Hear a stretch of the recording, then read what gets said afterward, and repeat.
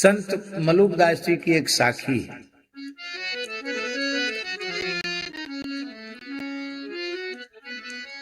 माला जपो न कर जपो जिह्वा कहूं न राम, मेरा सुमिरन हरि करे मैं पाया विश्राम। इसका अर्थ आप लोग उल्टा पलटा मत लगा लेना कि मलुकदास जी कहते माला जपो ना, मैं माला नहीं जपता तो आप भी माला जपना छोड़ दें, यह आशय नहीं है। मलुकदास जी कहते माला जपो ना, मैं माला नहीं जपता। तो माला नहीं जपते होगे तो करमाला जप लेते होगे, उंगलियों पर जप लेते होगे। बोले माला जपो न कर जपो, करमाला भी नहीं जपता। तो बिना माला बिना करमाला के जिह्वा से राम राम बोलते होगे। बोले माला जपो न कर जपो जिह्वा कहूं न राम, जिह्वा से भी राम राम नहीं जपता बोलता। अरे भाई तो कैसे महात्मा हो, काहे के लिए महात्मा बन गए? तब कहते मेरा सुमिरन हरि करें। अब भगवान की गर्ज हो तो मलूक मलूक मलूक मलूक मलूक मलूक जप लिया करें, क्योंकि मैं पाया विश्राम। ये जो मैं पाया विश्राम है, इसी का नाम है शरणागति। ध्यान में आई बात। बालक अपनी माँ की गोद में चढ़ने के लिए, दूध पीने के लिए मचलता है, रोता है, माँ माँ माँ माँ माँ खूब रोता है। तो मैया को घर का काम धंधा ज्यादा है, वो खाली बालक को लेकर के बैठी रही है, कैसे संभव है? तो माँ उसको मिठाई देती है, फेंक देता मिठाई, खिलौना देती है, फेंक देता है दूर खिलौना, कोई चीज देती है तो उसको भी फेंक देता है, फिर माथा पटक लेता है धरती पर रोते रोते। तब मैया देखती कि अब किसी प्रकार से ये नहीं मानता है, तो लाख करोड़ काम पड़े हों उसके सामने, सब छोड़ के लपक कर वात्सल्य पूर्वक बालक को अपनी गोद में उठा लेती है, मुख चूमती है, आंसू पोंछती है, और गोद में लेकर अपने वात्सल्य से उसे सिंचित करती है, उसे अपना स्तनपान कराती है, और बालक सो जाता है। अब बालक अम्मा अम्मा नहीं चिल्लाता, मामा नहीं चिल्लाता है। अब बालक का तो बोलना बंद, वो तो दूध पीते पीते सो गया। और मैया मुन्ना बेटा, राजा बेटा, अच्छा बेटा है, राघव बेटा, राम बेटा, श्यामू बेटा कहती कि नहीं? तो अब किसका जप शुरू हो गया? अब माँ ने जपना शुरू कर दिया बेटे का नाम। शरणागति माने होता है भगवान की गोद। अब भगवान की गोद मिल गई, अब भगवान को चिंता है।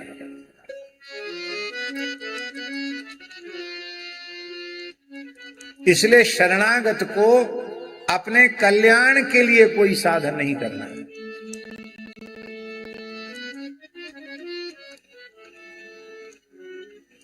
कि हमारा कल्याण ऐसा करने से हमारा कल्याण हो जाएगा, इसके लिए कुछ नहीं करना। यदि वह ईमानदारी से शरणागति के भाव में जी रहा है तो वो जीवन मुक्त है। अरे जीवन मुक्त नहीं, वो जिस जीव पर अपनी कृपा भरी दृष्टि से देख दे वो मुक्त हो जाएगा।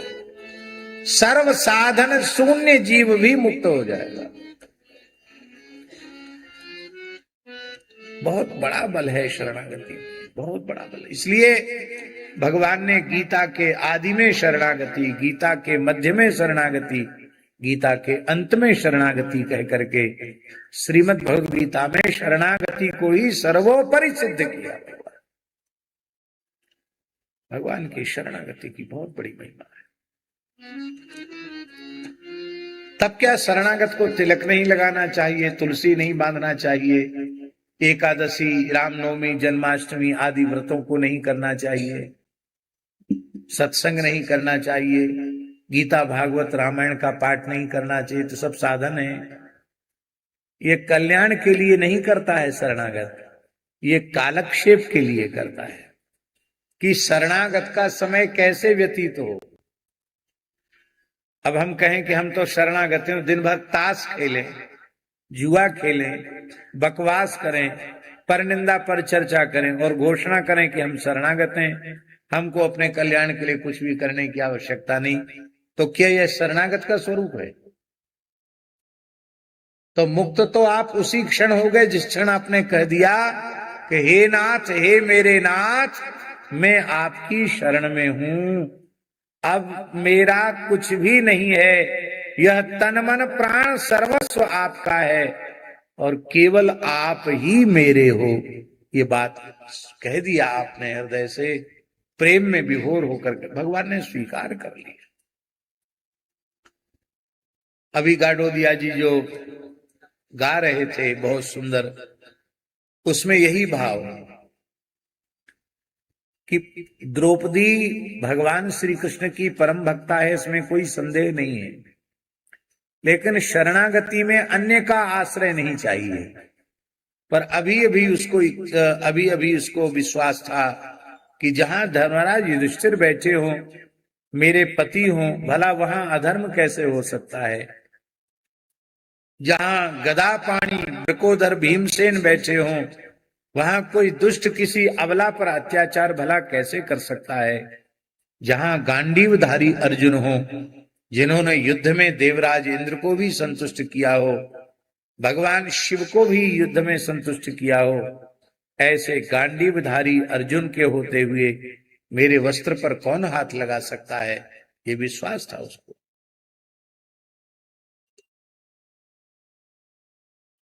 जब वहां से धोखा हो गया तब सोची कि मेरे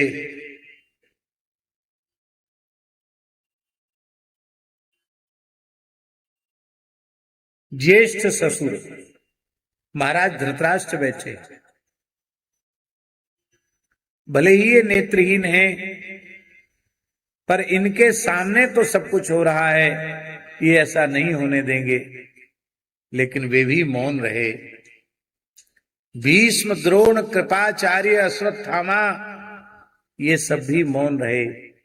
कर्ण भले ही बड़ा गुणवान था, बड़ा वीर था, लेकिन अधर्मी का अन्न खाने से, अधर्मी के पक्ष में रहने से उसकी बुद्धि भी मारी गई थी। वह भी द्रौपदी के इस तिरस्कार का विरोधी नहीं था, समर्थक था।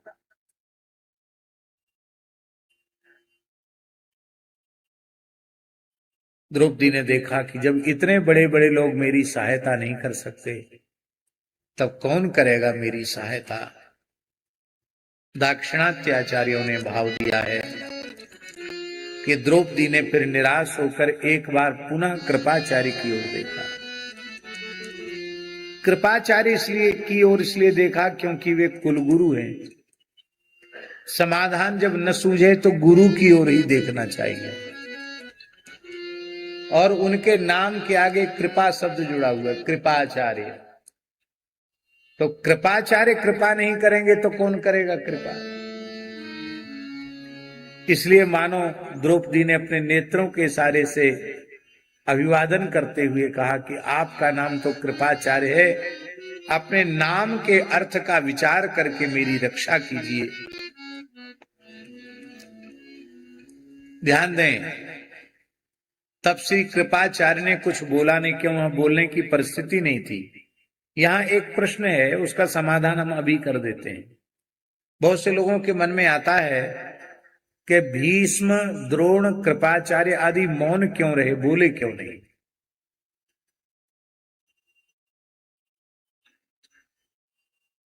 ये प्रश्न है ना, क्यों नहीं बोले। तरह तरह की बातें लोग करते हैं, इसलिए नहीं बोले, अधर्मी का अन्न खाया था, यूं त्यों, सब बातें ठीक है,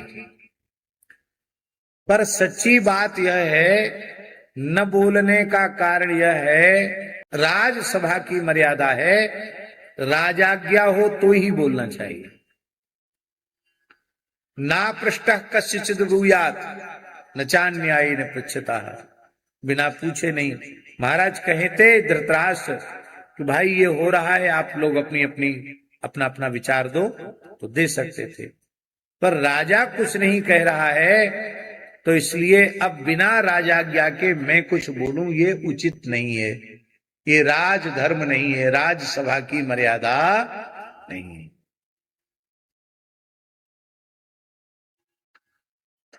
अब तो राजधर्म नाम की कोई चीज बची नहीं है खैर, लेकिन फिर भी लोकसभा विधानसभा में स्पीकर की अनुमति के बिना कोई बोल नहीं सकता। बोल सकता है क्या? अब हंगामा लोग करते हैं, समय बर्बाद करते हैं, और पूरे संसार में हंसी होती है भारतीयों की, भारतवर्ष की।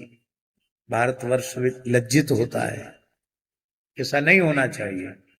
ये भी मर्यादा नहीं है किसी सभा की, न राज्यसभा की मर्यादा है, न लोकसभा की मर्यादा है, न विधानसभा की मर्यादा है।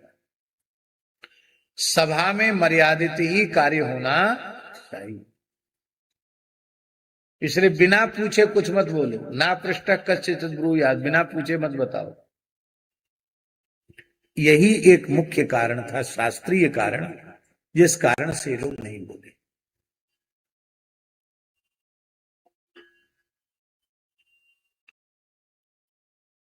द्रौपदी ने कृपाचार्य जी की ओर देखा, और कृपाचार्य जी बोले तो नहीं क्योंकि मर्यादा थी, उन्होंने ऐसे किया, ऐसे किया।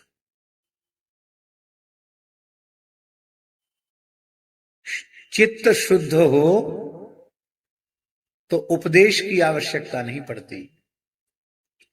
चित्त शुद्ध हो तो संकेत में ज्ञान हो जाता है, और चित्त मलिन हो तो लंबे चौड़े व्याख्यान की जरूरत है। द्रौपदी का चित्त इतना पवित्र है, इतना निर्मल है, इतना शुद्ध है कि एक उंगली उठाने से ही द्रौपदी को शरणागति का उपदेश प्राप्त हो गया, कि आचार्य कह रहे हैं कि जो तू अनेकों की आशा लगाकर अपनी सुरक्षा चाहती है, अब सब ओर से अपने मन को, अपनी वृत्ति को हटा दे। शरीर संसार से मन की वृत्ति को हटाकर एकमात्र श्री कृष्ण की शरण में हो जा। सर्वधर्मान परित्यज्य माम एकम शरणं व्रज, अहं त्वा सर्व पापेभ्यो मोक्षयिष्यामि मा शुचौ। और जब शरणागत हो गई तो साड़ी को पकड़ना भी छोड़ दिया, दोनों हाथ ऊपर उठा करके, दुख हरो द्वारिका नाथ शरण में तेरी, दुख हरो द्वारिका नाथ शरण में तेरी। और भगवान वहीं थे। आप कहेंगे आप कैसे कहते वहीं थे? अरे भाई, जो सर्वगत सर्वरूप सर्वमय है वो वहां नहीं था, ये कैसे कहा जा सकता है? व्यापक रूप में भगवान वहीं है, पर भक्त की वाणी से भगवान को इतना प्रेम है कि द्रौपदी ने द्वारिका नाथ कहकर पुकारा, तो वहां से ठाकुर जी द्वारिका गए, भक्त की वाणी सत्य करने के लिए फिर द्वारिका से आए। इसलिए थोड़ा सा समय लग गया, और भगवान ने वस्त्रावतार ग्रहण कर लिया। ये 10 अवतार और 24 अवतारों से विलक्षण अवतार है भगवान श्री कृष्ण का वस्त्रावतार। बोलो वस्त्रावतारी भगवान की जय। इसका मतलब है झाजी कि द्रौपदी के कोटि के जो विशुद्ध भक्त होते हैं, उनका आवरण अविद्या माया नहीं होती है, उनका आवरण भी स्वयं श्री कृष्ण बन जाते हैं। वस्त्र में मनुष्य आविष्टित होता है ना, तो ऐसा प्रपन्न भक्त भगवान की कृपा करुणा में आविष्टित होता है, वो भगवान से ही आविष्टित होता है, वो प्राकृत वस्त्र से नहीं, वस्त्र ही भगवान बन गए।